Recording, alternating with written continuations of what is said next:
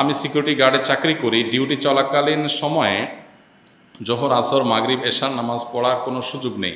বিকল্প এমন কোনো উপার্জনের ব্যবস্থাও নেই যে সংসার চালাবো। এমত অবস্থায় আমি কি করতে পারি, দয়া করে কোরআন হাদিসকে জানাবেন। দেখুন, মানুষের বেঁচে থাকার জন্য যে অনেক বেশি জিনিস দরকার, আসলে তো তা না। বেঁচে থাকার জন্য এত বেশি জিনিস দরকার হয় না। আপনি অ্যাটলিস্ট এই কাজটা করেন যে কোনো রকম ডাল ভাত ব্যবস্থা করার মতো কোনো কিছু করেন। যে চাকরি করতে গিয়ে আপনার নামাজ ছেড়ে দিতে হয়, সে চাকরি করা আপনার জন্য জায়েজ নাই। এটা হলো প্রাণের মতো। আমার যদি কোনো একটা চাকরিতে বলা হয় যে তোমাকে হ্যান্ডসাম স্যালারি দেওয়া হবে, তোমার ভালো চাকরি দেওয়া হলো, তবে একটা কাজ তোমার করতে হবে, সেটা হলো যে তুমি ডিউটি চলাকালীন সময় নিঃশ্বাস বন্ধ রাখতে হবে। তো এই চাকরিকে আমি করব? যে চাকরি করে আমার মরেই যাওয়া লাগবে, চাকরি করে আমার লাভটা কী?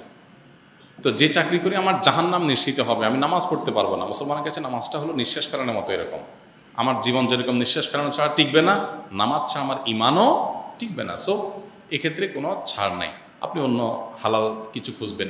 আমরা অনেক সময় নিজেদের ইগোর কারণে বা নিজেদের আত্মসম্মানের কারণে হালাল চাকরিতে আমরা যেতে পারি না। আমি এক্ষেত্রে বলতে চাই যে আপনি চেষ্টা করেন একটা ছোট কাজ করার, যেটাকে আপনি ছোট কাজ মনে করছেন।